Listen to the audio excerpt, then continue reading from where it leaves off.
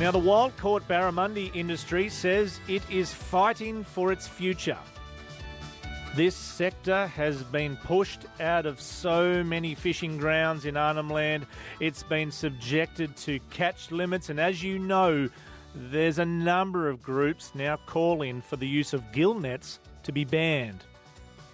This is a sector that is under pressure. The NT Seafood Council, it has launched a new ad campaign calling for the need to keep fresh NT seafood available.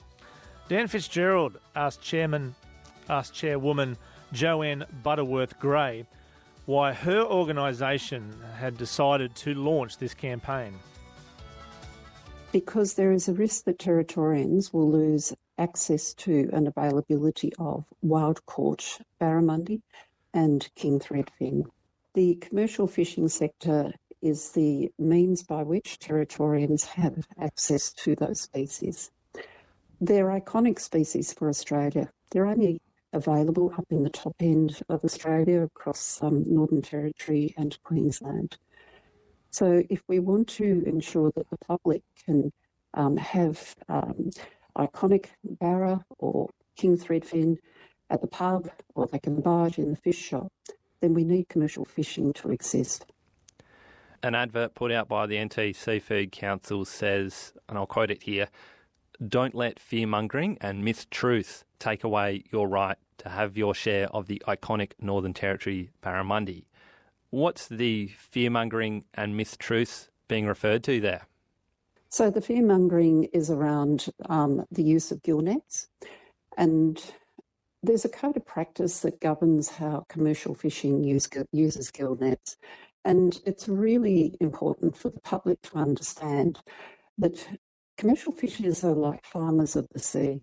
They're there to protect both the environment and the other fish species that live in that environment.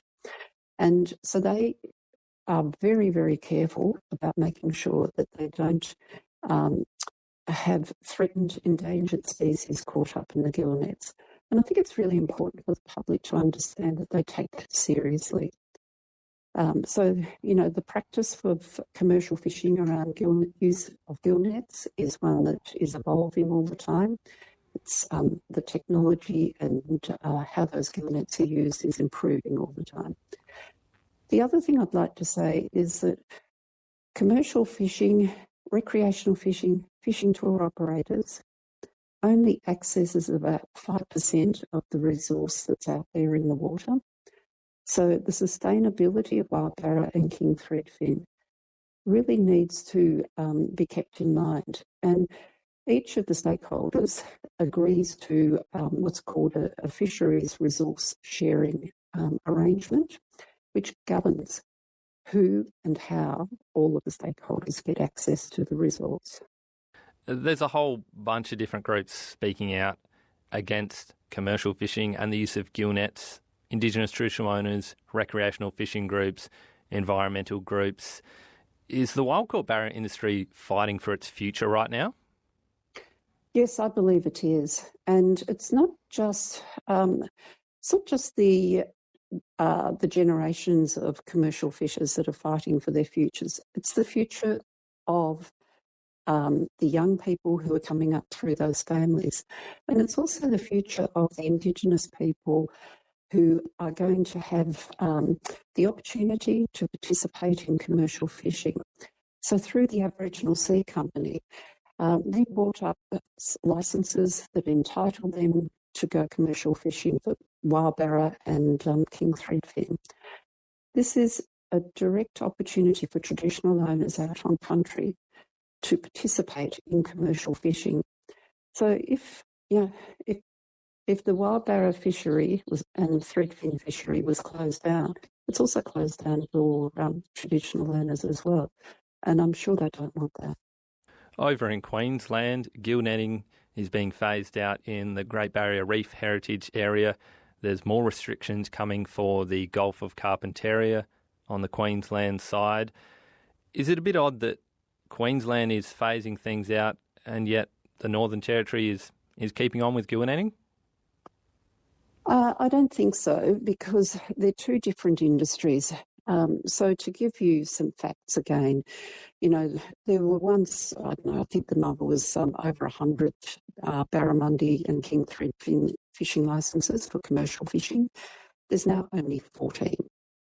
So, we need to keep that in perspective where it's a huge, in Queensland, I don't know the figures, but it's a lot more commercial fishing licences than we have.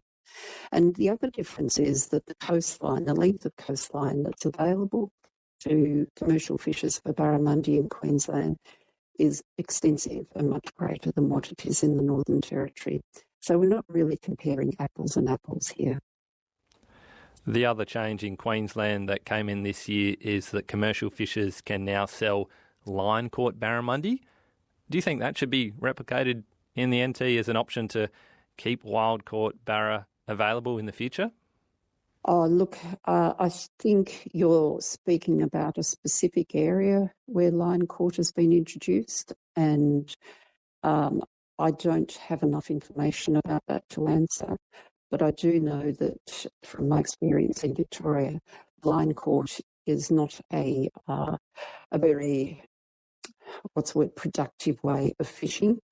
And I think it's more about the evolution of the fishing gear and how we improve the fishing gear as in gill nets rather than trying to introduce a different mechanism. Do you think the commercial wild-caught barra industry will exist in another 10 years? I do. I have to believe in it. If I don't, then why are we here? As I said before, it's only the top of Australia that has this unique opportunity to catch the iconic wild barramundi and king threadfin. If we take that away, we take that away for the future. And it's a public resource. They deserve to have access to it. So I believe we will have it in 10 years and we need to fight for it here and now. Joanne Butterworth-Gray, who's the chair of the NT Seafood Council, speaking to Dan Fitzgerald. And as we go to air this afternoon, there's an invitation-only forum being held in Darwin to discuss the future of barramundi fishing in the Northern Territory. The forum will be addressed by the Australian Marine Conservation Society, the Amateur Fishermen's Association of the Territory, and the NT Guided Fishing Industry Association, all of whom have, of course, voiced concern about commercial fishing and the use of gill nets. The NT Seafood Council has told the Country Hour that it was not even invited to go along to this forum. That's happening right now. At the casino, is it, Dan? Yep, they're at the casino talking about the future of the barra industry.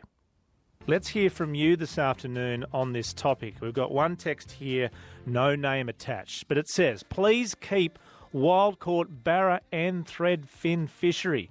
Wild-caught is organic, it is healthy. We need to have the wild-caught barramundi industry expanded. We need barra in our shops and in our restaurants and not just end up going to the elite high prices. With such a massive resource, we're on the edge of losing this because of these stupid scare tactics and political decisions. This person goes on to say, go back to the scientific research that we have over the last 30 plus years that prove there is nothing wrong with gill netting. Why do we continue to close rivers and close livelihoods? Says someone this afternoon on 0487 99 1057. Likewise, a message here from Jerry says, I agree with the chair of the NT Seafood Council. This will see if the government's willing to stand up for those who don't have a boat and like to go and buy their barramundi or their threadfin salmon from the local fish and chip shop at a reasonable price. The closed meeting today will show only one side of this sector, and it shows how they are trying to influence the government to stop the commercial fishing industry. It'll be interesting to see what the CLP says about all of this as we approach an election, because I remember how the CLP, when they were in power last, gave into AFANT and closed Chambers and Fink Bay to the commercial fishers. There's room for everyone, not just the noisiest, says Jerry.